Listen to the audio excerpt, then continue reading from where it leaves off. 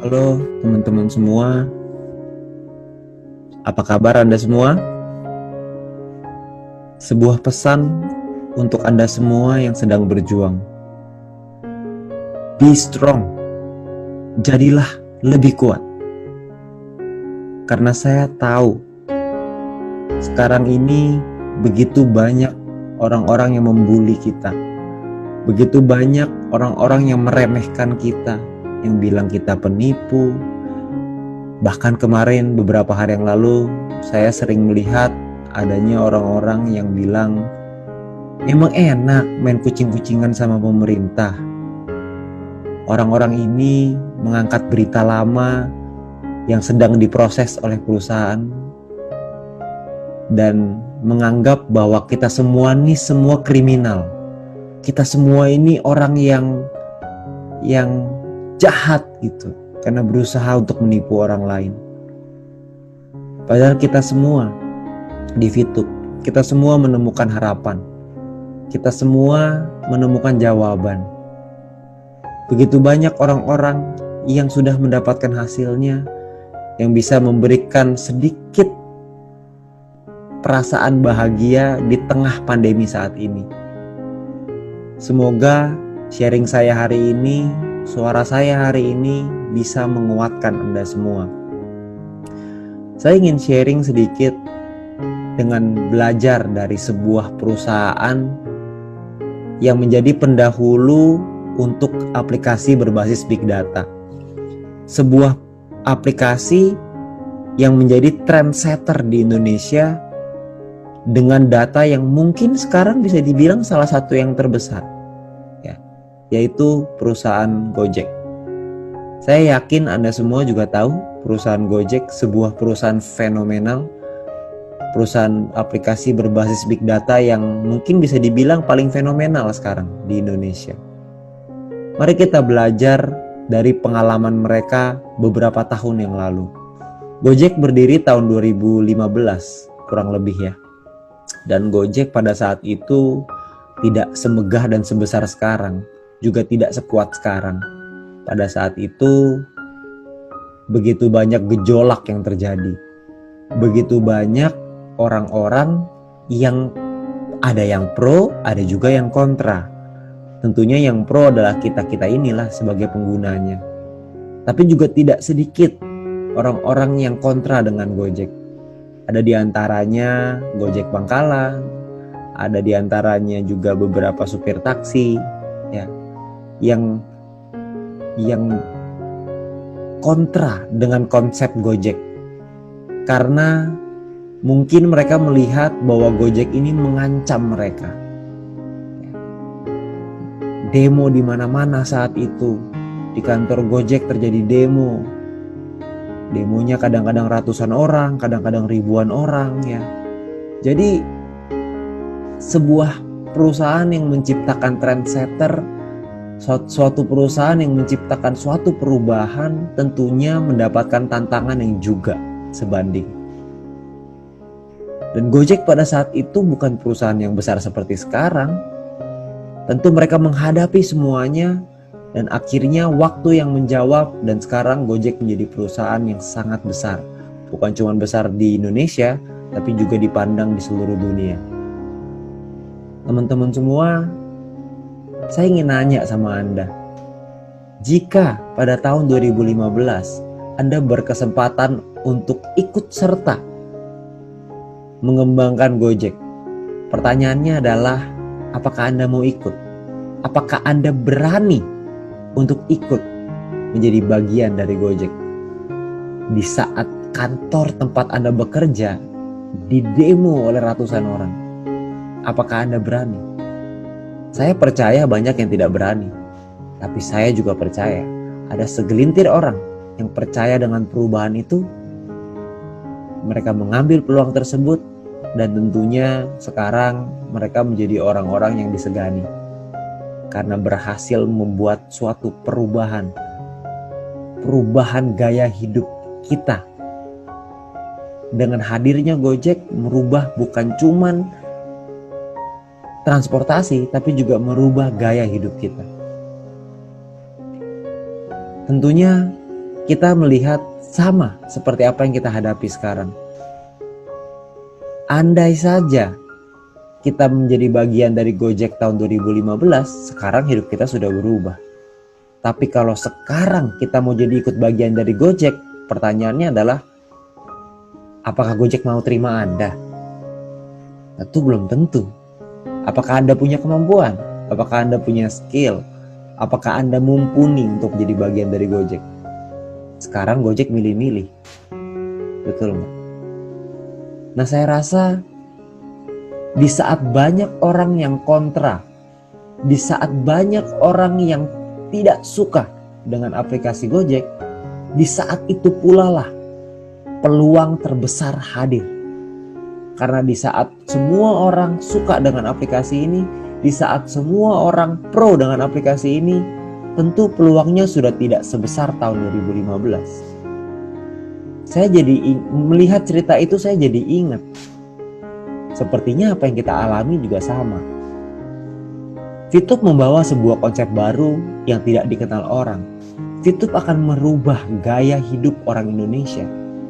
Itulah kenapa wajar kalau orang di luar sana tidak percaya. Itulah kenapa wajar orang di luar sana susah untuk percaya.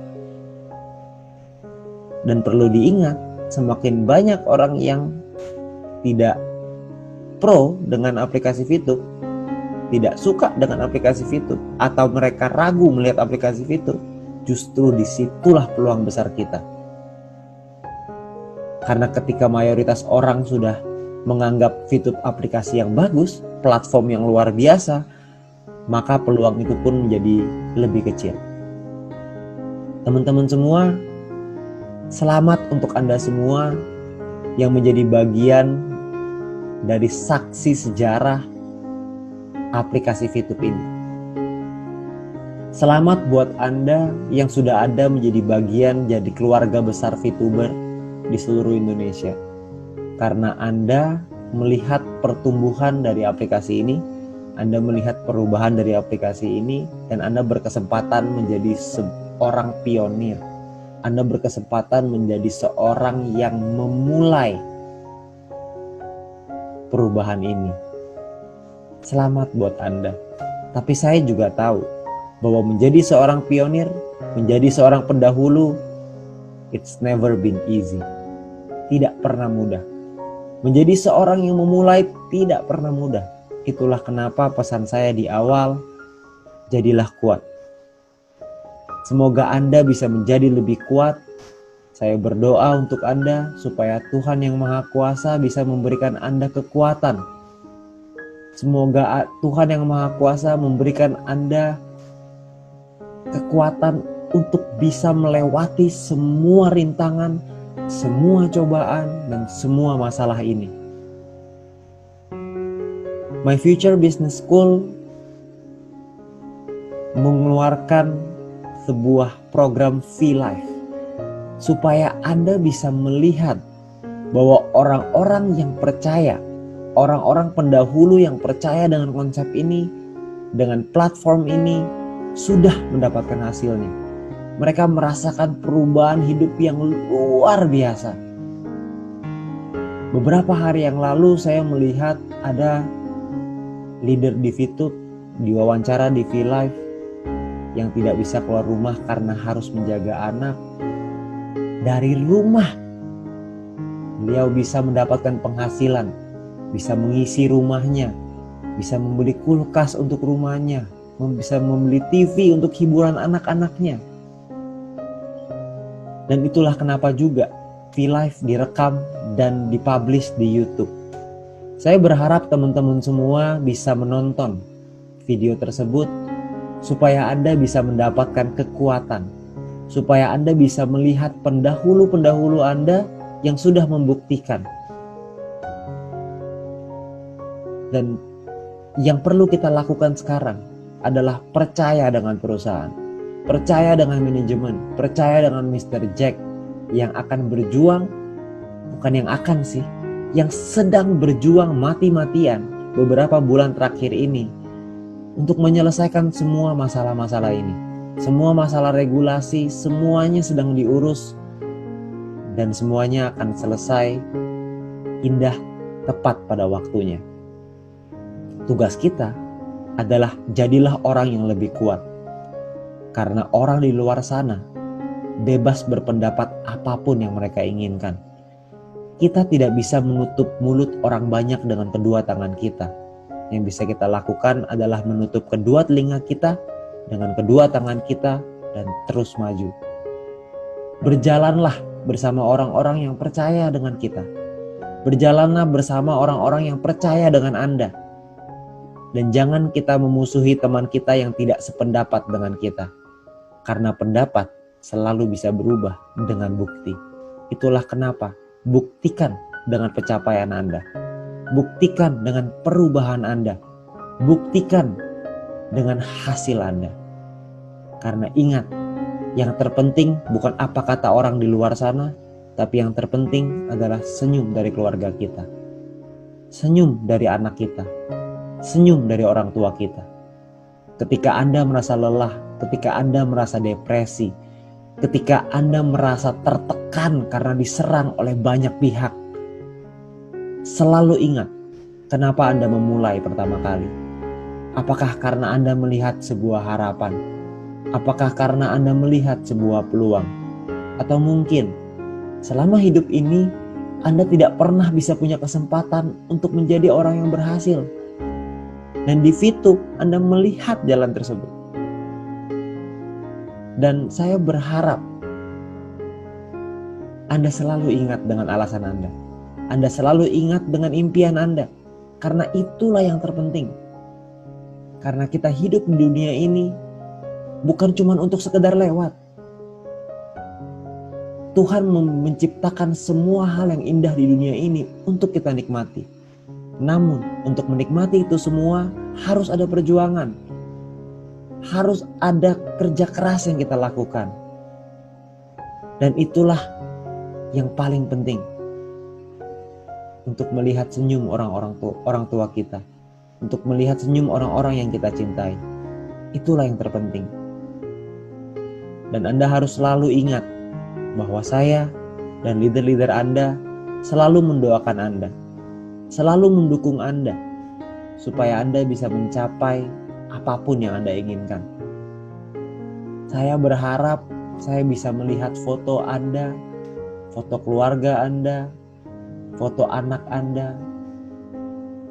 Dan foto itu berisikan senyuman-senyuman yang indah.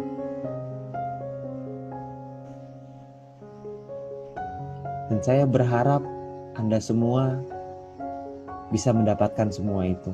Itulah kenapa jadilah lebih kuat, jadilah lebih kuat. Dan saya yakin dan percaya Anda pasti bisa.